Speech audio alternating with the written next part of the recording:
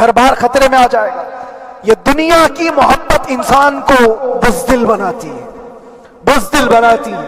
اس لیے میرے عزیزو، آپ جب کبھی یہ بات آئے، ایک طرف میرا پورا خاندان، ایک طرف میرے عیش کی زندگی اور ایک طرف رسول پاک کی عزت کا معاملہ، تو آپ مجھے بتاؤ آپ کس بات کا فیصلہ لیں گے؟ اسی بات کا فیصلہ لینا ہوگا نبی پاک صلی اللہ تعالی علیہ وسلم کی عزت کی خاطر تمہیں اس بات کا فیصلہ لینا ہوگا۔ اپنا سب کچھ گنبد خضرا کل بھی تھا آپ، میرے نبی سے میرا رشتہ کل بھی تھا آپ، اور بتلا دو گستاخ نبی کو غیرت سنی زندہ ہے، ان پہ مر مٹنے کا جذبہ کل بھی تھا آپ۔ بس یہ جذبہ باقی رہے۔ ہم کسی کو لڑنے کے لیے، مرنے کے لیے، مارنے کے لیے میدانوں میں اتارنے کی بات نہیں کرتے۔ میں اکثر اپنی تقریروں میں کہا کرتا ہوں، یا آپ سے پہلے بھی کیا، اگرچہ میری تقریروں کو ڈائیورٹ کیا جاتا ہے، آج بھی بہت لوگ ہوں گے، بلکہ آج مدن پورہ کا یہ پہلا جمعہ ہے، مجھے اندازہ ہے پورا ہندوستان نہیں باہر بھی سب کی نظریں اس پار ہیں کہ آنے کے بعد یہ کیا بولتا ہے، آنے کے بعد یہ کیا بولتا ہے۔ سب اسی انتظار میں ہیں۔ میں سب کو ایک ہی میسج دوں گا، آنے کے بعد وہی بولے گا جو پہلے بولتا تھا۔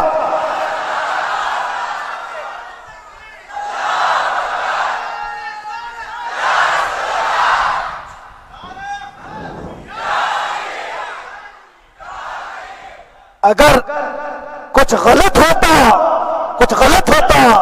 تو ہمارے اس ملک عزیز ہندوستان کی سب سے اعلیٰ عدالت یہ نہیں کہتی کہ ان کے سپیچ میں کوئی ہیٹ مسئلہ نہیں ہے۔ وہ ہمیں اندازہ ہے میرے عزیزو، ہاں جہاں غلطی ہوگی ہم بھرے اعلان کے ساتھ کہیں گے کہ ہم سے یہ غلطی ہو گئی، ہم سے یہ خطا ہو گئی، زبان پھسل گئی۔ لیکن جو چیز نہیں ہے تو اگر تم زبردستی اس کو کہو گے تو یہ ہم نہیں مانتے۔ ہاں بس اتنی دعا میرے حق میں کریں کہ جتنی بھی زندگی باقی ہے اللہ تبارک و تعالی حضور پاک کی محبت اور ان کی عظمت کی حفاظت کے لیے جیتے مرنے کی توفیق عطا فرمائے۔ ہمارا کام صرف اتنا رہ گیا، جو میسج دینا تھا وہ ہم نے دے دیا۔ اب جو حالات آ رہے ہیں میرے عزیزو، آپ سب کے لیے بھی میں یہ گزارش کروں گا، دین کی طرف آ جاؤ، سچائی کی طرف آ جاؤ، ورنہ گاجر مولی کی طرح کٹ جاؤ گے، ختم ہو جاؤ گے۔ دین کی طرف آؤ، سچائی کی طرف آؤ۔ اور اسلام نے کہیں پر بھی تمہیں کسی طرح کے آتنک اور دہشت کی تعلیم نہیں دی ہے، کہیں پر کسی ٹیررسٹ کی کوئی بھی تعلقات کی۔ کہیں مجھے کوئی بات بتا دو، اگر کوئی مسلمان اس طرح کی حرکتیں کر جاتا ہے جس کو یہ لوگ بدنام کرتے ہیں، تو ہم سمجھتے ہیں اس کا اسلام سے تعلق نہیں ہوگا۔ اسلام سے تعلق ہوتا تو اس کے اندر صدیق اکبر اور فاروق اعظم کی ادائیں ہوتی۔ آج آپ کو وہ معاشرہ زندہ کرنے کی ضرورت ہے۔ میں نوجوانوں سے کہوں گا، بہت دن گزار لیے ٹک ٹاک پر مجرے، اور تمہارے اس انٹرنیٹ کی دنیا پر جس طرح تم نے آوارگی کر لی ہے، اب وقت کم بچا ہے۔ آ جاؤ میرے نبی پاک کی گنبد کی چھاؤں میں، عزت وہیں پر ہے، انہی کے قدموں میں عزت ہے، اور یہاں پر بھی ہے اور آخرت میں بھی ہے، آخرت میں بھی ہے۔ بس اس عزت کے لیے آپ سب سے میں گزارش یہ کروں گا، سچائی کی طرف واپس آ جاؤ، سچائی کی طرف واپس آ جاؤ۔ جو تمہاری نمازیں باقی ہیں اس کو پوری کر لو، اس سے پہلے کہ دنیا تم پر نماز پڑھ دے، اس سے پہلے کہ تمہارے جنازے کی نماز پڑھی جائے، اپنی نمازیں کمپلیٹ کر لو۔ اور علماء ذوی احترام کا ادب و احترام اپنے اندر رکھو۔ صرف اس بات کے لیے آپ کو میں احساس دلانا چاہتا ہوں کہ مجھے جس راستے سے گزارا گیا، جتنے دن قید و بند کی صحبتیں گزاری گئی، یہ صرف یہ میسج دینا تھا کہ پھر اس مولانا کا یہ ہو سکتا ہے تو چھوٹے چھوٹوں کی کیا کر دیں گے۔ ایسا اگرچہ آ جائے موقع تب بھی گھبرانے کی ضرورت تھی۔ آپ کو پتہ ہے اس ملک عزیز ہندوستان کی آزادی میں 30,000 علماء کو پھانسیوں پر لٹکایا گیا انگریزوں نے، انگریزوں نے 30,000 علماء کو کشمیر سے لے کر دلی تک ہر درخت پر ایک عالم کی لاش لٹکتی تھی. انہوں نے قربانیاں دی ہیں، قربانیاں بزرگان دین کے علماء ذوی الاحترام کی ہوئی ہیں. یہ اور بات ہے کہ اس جنریشن نے آج ہم کو دیکھا تو ان کو بہت بڑا لگتا ہے. یہ کوئی بہت بڑی بات نہیں تھی، بہت بڑی بات نہیں تھی. اس پروسیس سے بہت سارے علماء کو گزارا گیا ہے. سرکار مجاہد ملت رحمت اللہ تعالی علیہ ایمرجنسی کے زمانے میں 18 مہینے تک قید میں گزارے. 18 مہینے تک ایمرجنسی، وہ بھی ڈکٹیٹر کا زمانہ تھا. اس زمانے میں بھی آپ اندر رہے، لیکن باہر آنے کے بعد نہ آپ کے مشن میں کوئی کمی آئی، نہ آپ کی زبان میں کوئی لکنت آئی. اللہ والے جو ہیں وہ اللہ کی رضا کی طرف اور رسول پاک کی رضا کی طرف ہوتے ہیں. ہم سب بھی اس مشن کو آج یہاں سے زندہ کرتے ہیں. جہاں سے ہم چھوڑے تھے وہیں سے آگے بڑھتے، جہاں سے ہم چھوڑے تھے وہیں سے ہم آگے بڑھتے ہیں. کسی کو اگر کچھ برا لگتا ہے تو وہ اس کے سمجھ کا قصور ہے، اس کے فہم کا قصور ہے.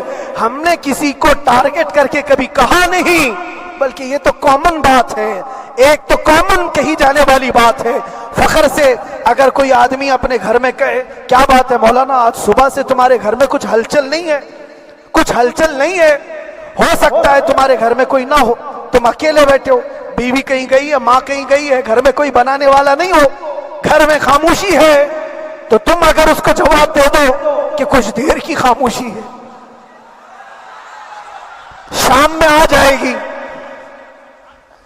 کچھ دیر کی خاموشی ہے، شام میں آ جائے گی، تو کیا گناہ کیا؟ کیا گناہ کیا؟ اس کے حالات پر وہ بول رہا ہے، اس کے گھر میں خاموشی ہے اسی لیے بول رہا ہے. ہم نے بھی اسی لیے کہا کچھ دیر کی خاموشی، اسی لیے کہ ہم جانتے ہیں اسلام وہ نہیں ہے جو یہاں دکھ رہا ہے آج. اسلام تو وہ تھا جو صدیق اکبر کے زمانے کا تھا، اسلام تو وہ تھا جو فاروق اعظم کا تھا، اسلام تو وہ تھا جو عثمان غنی اور حیدر کرار کا تھا. تو وہ جو ہلچل تھی وہ خاموش ہے. صلاح الدین ایوبی کا دور تھا، وہ اسلام کی ہلچل تھی. تو میرا گھر آج خاموش ہے، اس لیے تو میں پکار کر کے رہا ہوں کچھ دیر کی خاموشی ہے. اور ہمیں اپنے رب سے یقین ہے یہ خاموشی ایک شام ٹوٹے گی، کوئی صلاح الدین آئے گا. اور اللہ تبارک و تعالی ہم سب کے اس عزم اور حوصلے کو زندہ رکھے اور آپ سب کی محبتوں کو سدا سلامت رکھے، اور میرے آقا صلی اللہ تعالی علیہ وسلم کے قدموں پر مر مٹنے کی ہمیں توفیق عطا فرمائے.